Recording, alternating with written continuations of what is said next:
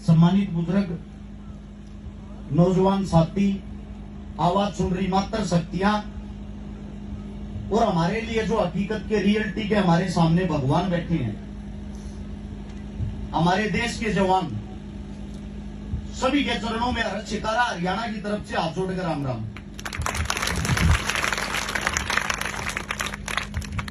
अब मेरे से पहले सर जी जो बातें बता रहे थे कि एक बात सुन के मेरा रोम रोम खड़ा हो रहा था। यहाँ पे बोलने में भी झिझक पैदा हो रही है। पहली बार ऐसा हुआ, लगभग पिछले 10 साल में 3700 से ज्यादा प्रोग्राम मैंने राजस्थान और हरियाणा के अंदर कर लिए। पहली बार ऐसा हुआ है जब जहां भी मेरे देश के जवान होते हैं, इनके सामने बोलने में थोड़ी झिझक इसलिए पैदा होती है। हकीकत तो यह है, अगर रियलिटी का कोई हिंदुस्तान के अंदर भगवान है, एक तो इस देश का जवान, एक इस देश का किसान, जिनके कारण हम अन्न खाते हैं। सबसे पहले अन्न खाने से पहले उस किसान का धन्यवाद करना चाहिए जिसने हमारी थाली के अंदर वो अन्न पहुंचाया। उसके बाद दूसरा धन्यवाद हमें उस जवान का करना चाहिए जिसके कारण हम चैन की नींद सोते हैं और शांतिपूर्वक जीवन जी रहे हैं। एक छोटी सी बात याद आ गई मेरे को भी सर की बात सुन के। बहुत साल पहले मैंने एक छोटी सी हिस्ट्री पढ़ी थी। 1941 के अंदर जिस वक्त हम गुलाम थे, 19 अगस्त को हिंदुस्तान के अंदर एक शेर ने जन्म लिया था जिसका नाम था जसवंत सिंह रावत। और इस बात को मैं ये चाहता हूं मेरे प्यारे बच्चे थोड़ा गौर से सुने। जैसे आज मेरे भाई साहब ने यहां पे एकेडमी खोली है, आने वाले समय में मैं इस देश का भविष्य तैयार करूंगा। ऐसे ही जसवंत सिंह रावत नाम का जो लड़का था, वो उत्तराखंड के पौड़ी का था। हमारे गांव में, देहात में, हरियाणा में, राजस्थान में जब हम पैदा होते हैं, अपने माँ बाप की उंगली पकड़ के चलना सीखते, हमारे को सबसे पहले सिखाया जाता है, बेटा दौड़ लगा, तेरे को फौजी बनना है। पहला सब हरियाणा और राजस्थान के अंदर यही सिखाया जाता, बेटा मेहनत कर, दौड़ लगा, तेरे को इस देश का जवान बनना है। वो जसवंत सिंह रावत जिसके अंदर ये जुनून था, एक गरीब कुटिया में, एक झोपड़ी में पैदा हुआ। मेहनत कर करके प्रथम बार जब वो देश की सेना में भर्ती होने के लिए गया, वो फेल हो गया। उसने दोबारा से फिर कोशिश की और वो भारतीय देश का फौजी बन गया। उसी वक्त 1962 के अंदर भारत चीन का युद्ध चल रहा था।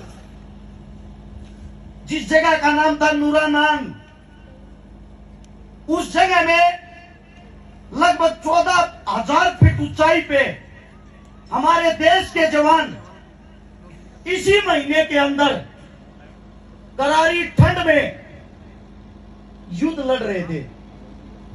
और जब ऊपर से आदेश आते हैं कि ऊपर तक खाना नहीं पहुंच सकता, वहां पे जो हमारी सेना वो वापिस लौट आए।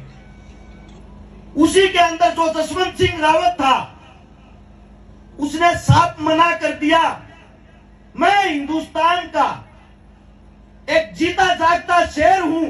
जब तक मेरी रगों में ये खून दौड़ेगा, मैं वापिस नहीं जाऊंगा, अकेला ही चीन से लड़ूंगा। आज इसी महीने के, आज से 11 दिन पहले, यानी कि 17 नवंबर को, वो शेर, वो हिंदुस्तानी शेर आखिरी के 72 घंटे, यानी कि भूखा प्यासा लगातार 3 दिन अकेला इंसान पूरे चीन से लड़ता रहा और चीन के 300 जवानों को अकेले इंसान ने मार गिराया। अब आप लोग बताइए, क्या आम आदमी कोई ऐसा काम कर सकता है? अगर हमारे लिए भगवान ये नहीं है तो और कौन है? लेकिन दुख इस बात का है, हमारे जो बच्चे युवा हैं, जो आजकल सोशल मीडिया का सहारा लेते हैं, फेसबुक चलाते हैं, इंस्टाग्राम चलाते हैं, आप लोगों को बता दूं, आप लोग सबसे ज्यादा किन चीजों को देखना पसंद करते हो? सलमान खान, सनी लियोन, उनसे क्या शिक्षा मिलती है हमारे को? हमारे देहात में अगर हमारे को कोई शिक्षा देता है, वो शिक्षा देने वाले आप लोगों के सामने बैठे हैं। माता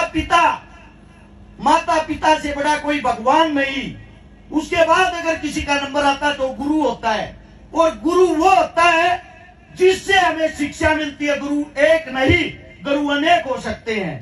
आप जितना आगे बढ़ते जाओगे, जितना आपकी उम्र बढ़ती जाएगी, आपका तजुर्बा, आपके गुरु, आपकी शिक्षा उतनी ही बढ़ती जाएगी। मैं आप लोगों को ये बातें, ये कहानी इसलिए बता रहा हूं, जिस जसवंत सिंह रावत की बात आप लोगों के बीच रखी, आज उनको हम बाबा जसवंत सिंह रावत के नाम से जानते हैं। आज उनका मंदिर बना हुआ है उसी जगह पे, और आज तक हमारे देश का वो सिपाही मृत घोषित नहीं है, आज भी हमारे देश की रक्षा करता है। आप लोगों ने कहानियां सुनी होगी ना, भूत होते हैं, भूत नहीं होते, ये बातें चलती हैं।